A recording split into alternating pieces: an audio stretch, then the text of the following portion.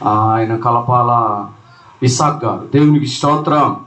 మనందరూ తెలుసు. అమ్మో వినండి అనేది ఎవరు? కలపాల అబ్రహాం గారు. దేవునికి స్తోత్రం.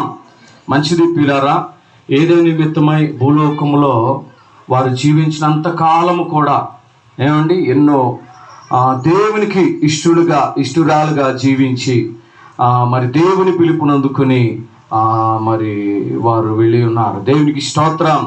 మంచిది పిల్లరా, ఈ యొక్క ఉదయకాల సమయమందు పరిశుద్ధాత్మ దేవుడు మనతో కొన్ని విషయాలు మాట్లాడాలనుకుంటున్నా ఉన్నాడు. 89వ కీర్తన 48వ చరణాన్ని మనం చదువుకుందాం. మరణము చూడక బ్రతుకు నరుడెవడు, పాతాళము వశము కాకుండా తాను తప్పించుకొనగలవాడు. పిల్లరా, ఈ భూలోకములో ప్రయాణము చేయలేని మానవుడు లేడు. అందరూ చూడండి. నేను పేలాలు ఎప్పుడన్నా యాపటం చూసారా? ఏమంటే పేలాలు ఎత్తు ఎట్టా ఉంటుంది మన పని. దేవుని ఇష్టం. బైబిల్ చూడాలి, నేనే చెప్పేస్తాను, మీరు రాసుకోండి కావాలంటే అండి. బైబిల్ తీయండి, చదవండి అన్నా నేను. దేవుని స్తోత్రం. ఏమండి ఇచ్చిన టైం సరిపోదు కాబట్టి ఆ టైంలోనే నా సబ్జెక్ట్ అవి చేయాలి. మరి ప్రాముఖ్యంగా మా ఇందుపల్లి డేండ్రే చైర్మన్ గారు, తండ్రి సమానులు రెవరెండ్ ఎక్కిరేల డాక్టర్ ఏసై గారికి, అలాగే మరి దైవ వర్తమానం అందించిన దైవ సాకులకి, మరి సుందరరాజు అన్న గారికి, సుందరరావు అన్న గారికి, మరి డిసిఎం గారికి, మరి రాజేష్ గారికి, సంఘ పెద్దలు ప్రత్యేకమైన వందనాలు తెలియజేస్తా ఉన్నాం. దేవునికి స్తోత్రం. హల్లెలూయా. మరణం అనేది ప్రతి ఒక్కరికి వస్తుందండి. ప్రయాణము చేయలేని మానవుడు లేడు, మరణము చూడని మానవుడు కూడా లేదు. నేను ప్రయాణం చేయను, ఇంట్లోనే కూర్చుంటాను అన్నవాళ్ళు చేతులు ఎత్తండి. నేను కూడా ఎత్తాను. మాది ఎప్పుడు ప్రయాణమే. దేవునికి స్తోత్రం. ఈ యాత్ర అనేది ఎప్పుడు ముగిసిపోతో తెలియదు. మరణం అనేది అందరికి వస్తుంది. ఆ మరణం ఎలా ఉండాలి? యెహోవా భక్తుల మరణం ఆయన దృష్టికి విలువ కలిగినది. మానవుని జీవితంలో ఎంత సంపాదించినా కానీ దేవుని నీ హృదయంలో ఆహ్వానించకపోతే నీకు విలువ లేదు. దేవునికి స్తోత్రం. ధనికుడైనా, దరిద్రుడైనా, బలవంతుడైనా, యాతగాడైనా, పాతగాడైనా, ఎవరైనా సరే, ఆహారాల పొలాలు ఉన్నా కానీ, ఏసీ కాలంలో ఉన్నా, ఏసీ బిల్డింగ్ లో జీవిస్తున్నా, పూరు గుడిసెలో ఉన్నా, అందగాడైనా, సోకుగాడైనా, పాతగాడైనా, మాతగాడైనా, ఎవరైనా సరే ఈ భూలోకాన్ని విడిచిపెట్టవలసిన ఒక రోజు ఉన్నది. పుట్టినవాడు గిట్టక, పుట్టినవాడు మరణించుక తప్పదు. ఆ మరణం ఎలా ఉండాలి? యెహోవా దృష్టికి, యెహోవా భక్తుల మరణం ఆయన దృష్టికి విలువ కలిగినది. విలువ ఎప్పుడు వస్తుందో తెలుసా? నీ జీవితంలో యేసయ్యను సొంత రక్షకుడిగా అంగీకరించుకున్నప్పుడు నీకు విలువ వస్తుంది. దేవునికి స్తోత్రం. విలువ లేని మన జీవితానికి యేసయ్య రక్తాన్ని ఏమండి కాచి తన కలువరి శిలువలో తన ప్రాణాన్ని పెట్టి విలువ కలిగిన వారుగా దేవుడు చేశాడు. దేవునికి స్తోత్రం. హల్లెలూయా. కాబట్టి ప్రపంచాన్ని జయించిన అలెగ్జాండర్ చక్రవర్తి నేను ఒట్టిగా వచ్చాను, ఒట్టిగానే వెళ్ళిపోతున్నాను.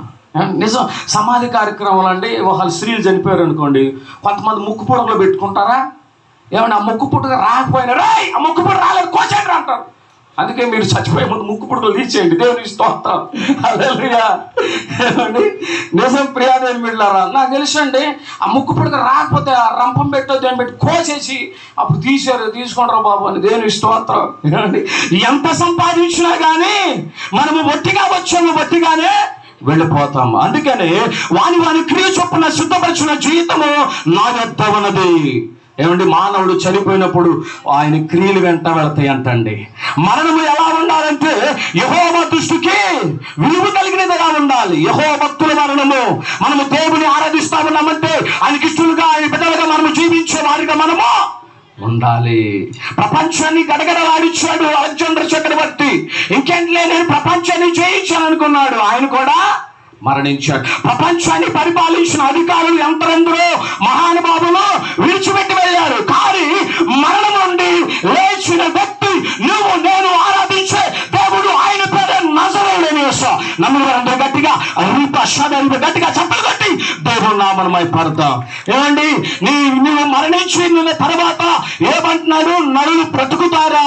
నువ్వు బ్రతకాలంటే ఏమండి విలువైన జీవితం నువ్వు కలిగి ఉండాలి. విలువైన జీవితం కలిగి ఉండాలి. యేసయ్యను సొంత రక్షకుడిగా అంగీకరించే వ్యక్తిగా నీవు ఉండాలి ఉండాలి ప్రియాదైన బిడ్డలారా. రెండవదిగా మన జ్ఞాపకం చేసుకున్నట్లయితే మంచి పేరు. ప్రసంగి 7:1 సుగంధ తైలము కంటే ఏమండి ఒకని జన్మదినం కంటే మరణదినమే మేలు. సుగంధ తైలము కంటే మంచి పేరు కలిగి ఉండాలండి. నిజం, మంచి పేరు కలిగి ఉండాలి. మంచి పేరు. వారి బాబు ఇంటికి వెళితే ఎంత పిసినారుదండి. ఏమంటే మజ్జిగుండ యాసగలం గ్లాస్ మజ్జిగమంటే ఎంత వాళ్ళ ఇంటికి పిల్లి కూడా బిచ్చం పెట్టరు. వాళ్ళ ఇంటికి వెళ్తే ఏమని అంటారు కొంతమంది ప్రియాదైన బిడ్డలారా. మంచి పేరు. మరి కలపాల మేరకాయ నన్ను అయ్యగారు అబ్బాయి అనేది, దేవునికి స్తోత్రం. నిజం ప్రియాదైన బిడ్డలారా. ఏమండి ఆమె మంచి భార్యగా, మంచి తల్లిగా, ఏమంటే మంచి అత్తగా, మరి యొక్క దేవాలయంలో మంచి బిలివరిగా మంచి సాక్ష్యాన్ని సంపాదించుకుందండి. దేవునికి స్తోత్రం. హల్లెలూయా. నిజం ప్రియాదైన బిడ్డలారా. మంచి మనం ఈ భూలోకంలో ఏమి సంపాదించినా ఏమి రాదండి. మనం మంచి పేరు సంపాదించుకోవాలి. ఏమంటే మనం చనిపోయినప్పుడు మన క్రియలు మన వెంట వస్తే ప్రియాదైన బిడ్డ సుగంధ తైలము కంటే మంచి పేరు మనం కలిగి ఉండాలి. ఇప్పుడు ఎందరో మహానుభావులు ఆయన ఉంటే బాగుండేది. ఏమండి 18,000 అకౌంట్లో పడిపోయాయి. దేవునికి స్తోత్రం. ఏమండి ప్రియాదైన బిడ్డలారా. ఎందుకని మంచి చేసేవాడిని ఎప్పుడు మంచివాడే అంటారండి. దేవునికి స్తోత్రం. ఏమండి 2 రూపాయలు బియ్యం పెట్టింది ఎవరు? ఏమండి ప్రియాదైన బిడ్డలారా. వారు పోయినా కానీ పేదవారు పెన్నిటే ఏమంటే పక్షపాతి. దేవునికి స్తోత్రం. మంచి చేసేవాడిని ఎప్పుడు కూడా మంచివారు అంటండి. ఇప్పుడు మా అయ్యగారు ఉన్నారండి, తండ్రి సమానులు. ఎక్కడున్నా నాన్న రానా నాన్న అని చెప్పేసి అంటే వెళ్ళిపోతాం ప్రియాదైన బిడ్డలారా. ఏమండి వద్దు నాన్న అని చెప్పేసి అందరూ ఎప్పుడు కూడా అయ్యగారు ఏమండి ఎంత మంచి మనసు. దేవునికి స్తోత్రం. పలానా అయ్యగారు ఇక్కడ మా డేంద్ర చైర్మన్గా ఇక్కడ ఏసే గారు ఎవరండి అక్కడ చేశారండి, వారు ఎంత మంచి వాళ్ళు. దేవునికి స్తోత్రం. నిజం ప్రియ. పలానా అయ్యగారు అక్కడ చేసేది ఎంత అసలు ఫోన్ ఎత్తాడండి ఆయన బిజీ ఆయనే. దేవునికి స్తోత్రం. కొంతమంది అంటారు పాపం విశ్వాసులకు ఫోన్ ఎత్తపోయినా అయ్యగారు వాయింపుడే. ఏమండి పాపం అయ్యగారు ఏ బిజీలో ఉన్నాడో, ఏ బాత్రూంలో ఉన్నాడో, ఏ స్నానం చేస్తున్నాడో, కొద్ది నిమిషాలు అయిన తర్వాత ఎత్తుతాడు అనేది ఏమి లేదు. ఇక అయ్యారా నేను ఫోన్ చేసినప్పుడు ఎత్తలేదంటే దేవునికి స్తోత్రం. ఏమండి అది ఎంపీ ప్రియాదైన బిడ్డ. అసలు అయ్యగారు ఏం చేస్తున్నారు ఏంటి అర్థం చేసుకోరు. కాబట్టి మంచి పేరు మనము కలిగి ఉండాలి. మంచి పేరు మనం కలిగి ఉండాలి. దేవుని దృష్టిలోని మంచి పేరు కలిగి ఉండాలి. రెండవదిగా మారు మనసు. 16:16 ఏమండి నమ్మి బాప్తిస్మం పొందిన వాడు రక్షించబడతాడు, నమ్మని వానికి అన్నీ చెప్తారే కదా. ఏమండి నమ్మి ఎవరు నమ్మాలి? ఏమండి నమ్మొద్దు మాయలో కానీ నమ్మిపోవద్దు నరకానికి. ఇష్టమైతేనేమో అమ్మో ఈ పాట ఎవరు కూడా లేరంటారు. కష్టమైతే ఇష్టమైన కష్టమైన ఎవరు నమ్ముకోవాలండి? లోతు భార్య లోకము నమ్మి ఉక్కు స్తంభమై నిలిచిపోయెను. లోతు దేవుని మాట నమ్మేను, ఉగ్రత నుండి విడుదలొందెను. దేవునికి స్తోత్రం. లోతు భార్య ఏం చేసింది? వెనక చూసింది. అమ్మాయి వెనక చూడొద్దు, మనము ముందుకు కొనసాగిపోవాలి. పైన ఉన్న వాటిని మనం వెతకాలి, కానీ లోక సంబంధమైన వాటిపైన మన మనసు ఇవి అక్కడికి రావు. ఇవి అశాశ్వతమైనవే. ఎన్ని పేటలను అంతాడేసుకున్నా కానీ చివరికి ఏది ఉండదు. ఏమంటే దేవునికి స్తోత్రం. ఏమండి నిజం ప్రియాదైన బిడ్డలారా. నేనండి నాకు అదే కోరికండి 2 కాసులు 3 కాసులు వేసుకుని చచ్చిపోవాలను. దేవునికి స్తోత్రం. చచ్చిపోయిన తర్వాత ఆయన తీసుకెళ్తామా? ఏం లేదు. అందుకే నేను ఒక్క లైన్ రాశానండి. ఈ పాట పూర్తి అవట్లా. మట్టి బొమ్మను చేసి ప్రాణమును పోసి జీవము నీచావయ్యా యేసయ్యా జీవింప చేసావయ్యా. దేవునికి స్తోత్రం. ఏమండి మనం అందరం ఏంటండి? మట్టి కుండలం అండి. ఏమండి మట్టితో దేవుడు చేశాడు. మానవ నాస్కరంధంలో దేవుడు జీవవాయువుగా నరుడు జీవ ఆత్మయను.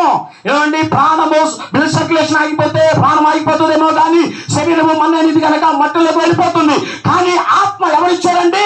నరుని ఆత్మ యెహోవా పెట్టిన ఆ దీపం నిత్యం వెలిగించబడాలంటే యేసయ్య రక్తంలో నువ్వు కడగబడాలి. యేసయ్య బిడ్డగా నీవు ఉండాలి. నీ మనసును మార్చుకోవాలి. ఏమండి నీ బ్రతుకును మార్చుకోవాలి. Change your life. మార్పు లేని జీవితం వ్యర్థం, మార్పు లేని జీవితం శూన్యం, మార్పు లేని జీవితమా ఏమండి మృతము అంటా ఉన్నాడు దేవుని వాక్యం. మనము మారాలి. అందుకని రెండోది ఏమండి, మార్కు 16:16లో ఏమండి, నమ్మి బాప్తిస్మం పొందిన వాడు రక్షించబడతాడు, నమ్మని వానికి శిక్ష. ఆ శిక్ష బహు ఘోరంగా ఉంటుందంటండి, బహు ఘోరంగా ఉంటుంది. ప్రియా దేవుని బిడ్డలారా, అగ్ని ఆరదు, పురుగు చావదు, అగ్ని ఆరదు, పురుగు చావదు. రెండోదిగా మనం మారు మనసు పొందాలి, మారు మనసు పొందాలి, బాప్తిస్మం తీసుకోవాలి.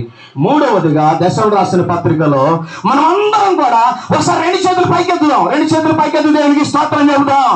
మనమందరం కూడా ఒక దినాన మేఘముల మీద కొనుక్కోబడతా ఉన్నామంటండి. ఎస్, రెండు చేతులు పైకెత్తి దేవునికి స్తోత్రం చెప్తాం.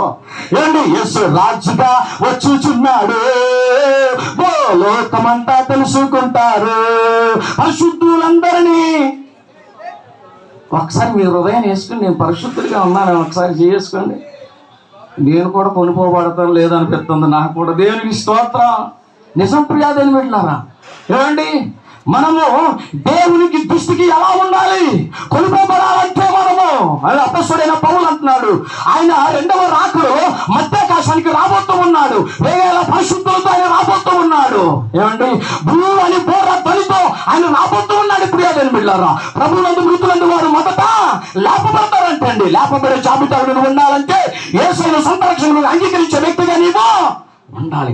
ఎక్కడికి కొనుక్కోబడతామంటండి, ఆకాశ మండలముల మీదకి కొనుక్కోబడతామంటామంటండి. ప్రభువునందు మృతులైన వారు మొదట లేపబడతారు, మహిమ శరీరముతో లేపబడతారు. సజీవులుగా ఉన్న మనము రెక్కపాటులోనే ఈ శరీరాన్ని విడిచిపెట్టి మహిమ శరీరముతో ఆయన కొనుక్కోబడతామంటండి. అక్కడ 7 ఏళ్ల మహోత్సవము పెళ్లి విందులో పాల్గొనడానికి దేవుడు కృప చూపుతా ఉన్నాడు. కొనుక్కోబడే భాగ్యం నువ్వు పొందుకుంటున్నావా లేదా నువ్వు జ్ఞాపకం చేసుకో. అపొస్తలుడైన పౌలు దశలు రాసిన పత్రిక, సదాకాలము మనం ఎవరితో ఉంటామంటండి, దేవునితో ఉంటామంటండి. ఏమండి, మీరు ఈ మాటలు బట్టి ఒకరినొకరు ఆదరించుకోండి. చివరిగా నివాసము. ఏమండి, కొరింథీ రాసిన పత్రిక అపొస్తలుడైన పౌలు అంటున్నాడు, మనిషి చేత నిర్మించబడిన ఏమండి ఈ యొక్క కట్టడము శిథిలమైపోతుంది, దేవుని చేత నిర్మించబడిన దేవుని నివాసం అదియే పరలోకము. ఆ పరలోకములో నువ్వు చేర్చబడాలంటే యేసయ్య ఈ శ్రమల దినాల్లో మనకు జ్ఞాపకం చేసుకుంటా ఉన్నాం. కలువరి శిలువలో తన విలువైన రక్తాన్ని చిందించి తన విలువైన ప్రాణం పెట్టాడు. ఎవరి కోసమో తెలుసా? ఇంకా నీకు అవకాశం ఇచ్చాడు తెలుసా, ఇంకా ఆయుష్ని ఇచ్చాడు తెలుసా, ఇంకా ఆరోగ్యం ఇచ్చాడు, బలాన్ని ఇచ్చాడు, శక్తిని ఇచ్చాడు, పని చేసుకోవడానికి. ప్రయాణాలు దేవుడు తోడుగా ఉంటా ఉన్నాడు, నీ ఎడల ప్రేమను వెల్లడపరుస్తూ ఉన్నాడు. ఎందుకో తెలుసా? నీవు మారాలని, ఆయన బిడ్డగా ఉండాలని, నరకము నుండి నువ్వు పరలోక రాజ్యంలో చేర్చబడాలని, నీకొక నివాసాన్ని, నాకొక నివాసాన్ని, మనందరికి ఒక నివాసాన్ని, మనకొక స్థలాన్ని దేవుడు ఏర్పరిచాడు. ప్రియమైన బిడ్డలారా, ఇది అశాశ్వతమైన స్థలము. ఏమండి, మానవుని దేహము ఈ గుడారము శిథిలమైపోతుంది. గుడారములో ఉన్న ఆత్మ దేవుని వద్దకు వెళ్ళాలి. ఆత్మకి చావు లేదండి.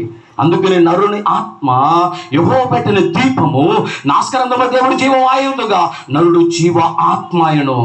ఆత్మకి చావు లేదండి. ఉంటే పరలోకం వెళ్ళాలా, లేకపోతే నరకం వెళ్ళాలా. దేవుని నమ్ముకుంటే, దేవునికి ఇష్టడుగా ఉంటే, చివరి వరకు కూడా నీ విశ్వాస జీవితాన్ని కాపాడుకుంటే నువ్వు పరలోకం వెళతావు. దేవునికి స్తోత్రం. కాబట్టి ఇంకెవరైతే మారు మనసు లేరో వారందరూ కూడా మారు మనసు పొందండి. దేవుని బిడ్డలుగా, దేవుని కుమార్తెలుగా ఉండండి. ఒక తీర్మానం చేసుకునే ఉపవాస దినాల్లో, ప్రభువా నా కోసం నీ రక్తాన్ని కాచావు, ప్రభువా నా కోసం నీ ప్రాణాన్ని పెట్టావు, ప్రభువా నా విలువలేని జీవితానికి అయ్యా నీ విలువ ఇచ్చావయ్యా, నీ బిడ్డగా నీ సొత్తుగా నేను ఉండాలని ఆశపడుతూ ఉన్నానయ్యా అని దేవుని అడుగు. అట్టి కృప, అట్టి ధన్యతను ఈ వాక్యాన్ని పరిశుద్ధాత్మ మన విడుదలలో దీవించును గాక.